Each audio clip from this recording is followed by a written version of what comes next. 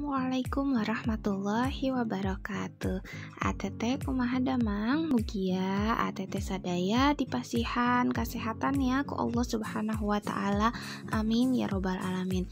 Oke atete dinten ayeuna urang bade diajar bahasa Sunda ngeunaan teks narasi sareng kecap rundayan awalan N. Nah, naon sih anu disebat teks narasi teh? Teras anu kumaha kecap rundayan awalan N teh? Hayu urang sami-sami diajar ngawitan ti ayeuna. Teteh anu disebat teks narasi teh nyaeta wangun tulisan anu eusina ngajelaskeun lumangsungna hiji kajadian ngaruntuy ti awal nepi ka akhir. Nah, janten dina teks narasi teh aya eusi masalah atawa konflik atawa kajadian atawa pangalaman. Nah, eta anu aya dina teks narasi biasana nya eta teh jalan caritana teh ngaruntuy ti awal nepi ka akhir.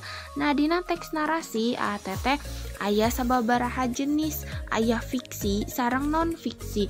Tah, dina fiksi nyaeta contona aya dongeng, aya novel, fabel, tah benten deui sareng non fiksi. Pan non fiksi sapertos biografi, pangalaman. Nah, sapertos nu ku urang bade bahas temana dina dinten ayeuna nyaeta ngeunaan pangalaman anu pikaresepen.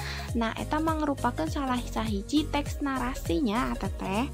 Nah, teteh santos urang diajar naon pengertian teks narasi, ayeuna urang diajar bagian-bagian naon we nu dina aya dina teks narasi. Nah, teteh cobi buka buku paket halaman 12 dugi ka 13. Aya salah sahiji contoh teks narasi anu judulna Finalis Pasanggiri Pupuh. Nah, dina teks eta tanapi dina carita eta aya pangalaman nu pikaresepen ya nu didamelan ku nu nulis eta carita. Eta mangrupakeun salah sahiji contoh teks narasinya teteh. Nah, ayeuna urang sami-sami titenan aya naon bae dina karangan atanapi teks narasi teh. Anu kahiji aya nu namina awalan atanapi awalnya didinya urang nyaritakeun atawa ngenalkeun diri. Nah, urang tingali dina paragraf hiji nu di judul Finalis Pasanggiri Pupuh nu nyerat carita eta ngenalkeun dirina nya aya wastana, kelasna jeung sakolana. Tah eta anu biasana aya dina awalan. Anu kadua nyaeta bagian tengah. Di bagian tengah teteh aya konflik atanapi masalah. Nah, ieu biasana pami dina carita dongeng aya masalah nu timbul nu jalani ku tokohna. Tah ayeuna urang tingali dina teks Finalis Pasanggiri Pupuh naon masalahna. Teteh cobi tingali di paragraf 2. Si anu nulis eta carita nyarios sangkan maneh narisi teu percaya diri, leutik hate, sieun teu tiasa mawa amanah ti sakolana sabab anu nulis carita eta dipasihan amanah kanggo lomba pupuhnya, tapi manehna teh teu percaya diri. Jadi eta bisa disebat masalah atanapi konfliknya anu di jalani ku tokoh anu aya di dinya. Nah, teras di paragraf 3 oge aya tetehnya eta nuju di gedung Pasanggiri. Nah, si anu nyerat eta teh masih wae hatena teh teu ngareunah, cenah pikiranna geumpeur sagala rupa. Eta masih masalah. Ayeuna aya dina akhir bagian akhir teteh akhir caritanya nyaeta penyelesaian masalah atanapi konflik nate tos selesai dina akhir mahnya. Cobi teteh baca di paragraf 4. Didinya aya akhir carita anu dijalankeun ku nu nyerat eta caritanya eta jadi aya pengumuman juara Pasanggiri. Nah, alhamdulillah anjeunna teh meunang ya teteh. Tah eta mangrupakeun lumangsungna urang kumaha ngadamel teks narasi. Aya awal, aya tengah, aya akhir. Pami teteh masih bingung, cobi teteh baca deui eta teks ti awal nepi ka akhir. Aya 4 paragrafnya mung sakedik sok cobi ku teteh dibaca. Teras leres henteu bahwasana di dinya teh aya awalan, aya tengah sareng aya akhirana. ATT urang lajengkeun ka materi nu kaduanya nyaeta kecap rundayan awalan N. Nah dina kecap rundayan awalan N aya seueur contohna nya ATT aya hurufna janten dirobah M, N, NY, NG, nge sareng nga. Nah contohna di dia aya misalna tina M nya baca urang rubah jadi maca, bawa urang rubah jadi mawa. Teras N aya tulis jadi nulis, tingali jadi ningali. Teras aya NY contohna sobat jadi nyobat, eng contohna kidul jadi ngidul. Aya deui nge contohna las jadi ngelas. Aya oge nga contohna aya leos jadi ngaleos. Nah janten dina awalan N urang nambahan sora bagian awalna hungkulnya ATT tadi aya M, N, eng, NY, nge sareng nga.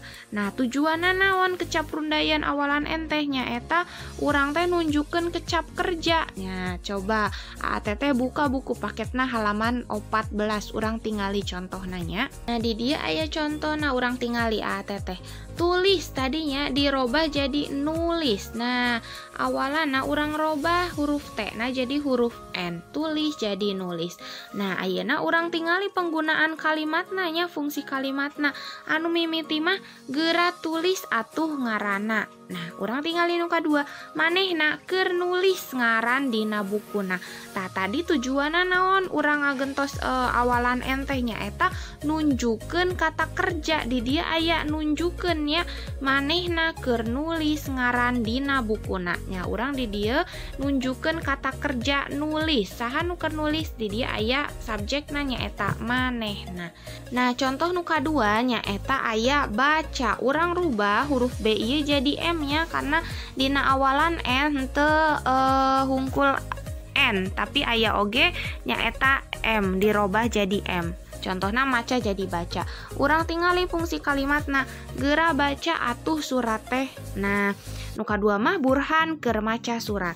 Urang fungsina naon tadi ATT ingetnya pami dirobah kieu kanu N atawa M kieu eta fungsina nya eta urang teh nunjukkeun kata kerja. Kata kerjana di dieu naon maca. Nah saha nu keur macana nya eta si Burhan. Nah urang teh berarti nunjukkeun si Burhan teh bahwa keur maca surat. Beda sareng nu kahiji contohna geura baca atuh surat teh tah ieu mah parentahnya benten fungsi. Nah tah kitu ATT kumaha tos ngartos ngabentenkeun sareng ngarobah awalan M.